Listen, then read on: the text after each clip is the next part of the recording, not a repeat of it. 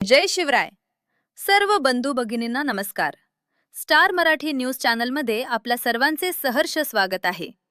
जाणून घेऊया आजच्या ठळक घडामोडी. इचलकरंजी येथील इचलकरंजी पोलीस ठाण्यात बनावट कागदपत्रे तयार करून जमीन व्यवहार केल्याप्रकरणी तब्बल 10 जणांविरुद्ध फसवणुकीचा गुन्हा दाखल करण्यात आला आहे. ही कारवाई नोंदणी अधिनियम 1908 चे कलम 82 तसेच भारतीय दंडविधान कलम 420, 181, 120 ब अन्वये करण्यात आली आहे. या प्रकरणातील फिर्यादी श्री संजय गणपती भिलारी वय 55 हे सहदुय्यम निबंधक कार्यालय क्रमांक 2 इचलकरंजी येथे कार्यरत असून त्यांनी दिलेल्या फिर्यादीनुसार आरोपींनी संगनमत करून शहापूर येथील गट नंबर 287/7 मधील भूखंड क्रमांक 1 बाबत बनावट कागदपत्रे तयार केली.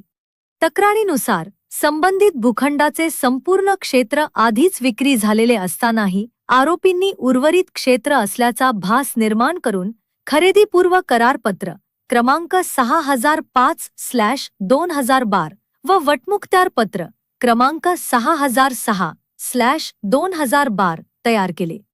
त्यानंतर 5 जुलै 2023 रोजी नोंदणीकृत दस्त क्रमांक 3212/2023 करून संतोष गौर यांच्या नावावर सदर जमीन खरेदी दाखवण्यात आली. या प्रक्रियेत साक्षीदार व ओळख देणाऱ्या व्यक्तींनीही जाणून बुजून खोटी माहिती दिल्याचा आरोप आहे. एकूण 7 सप्टेंबर 2012 ते 5 जुलै 2023 या कालावधीत ही संपूर्ण घटना घडल्याचे फिर्यादीत नमूद आहे.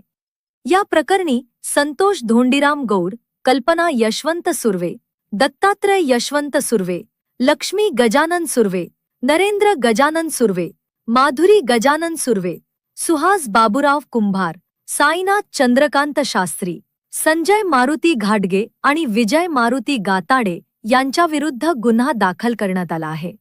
सदर गुन्हा 9 एप्रिल 2026 रोजी दुपारी 12:11 नोंदविण्यात आला असून पुढील तपास पोलीस उपनिरीक्षक मृणालिनी पाटील करीत आहेत. अशाच लेटेस्ट अपडेटसाठी आमच्या यूट्यूब चॅनलला सबस्क्राईब व इंस्टाग्राम अकाउंटला फॉलो नक्की करा व तुमचं मत कमेंटमध्ये नक्की आम्हाला कळवा. धन्यवाद.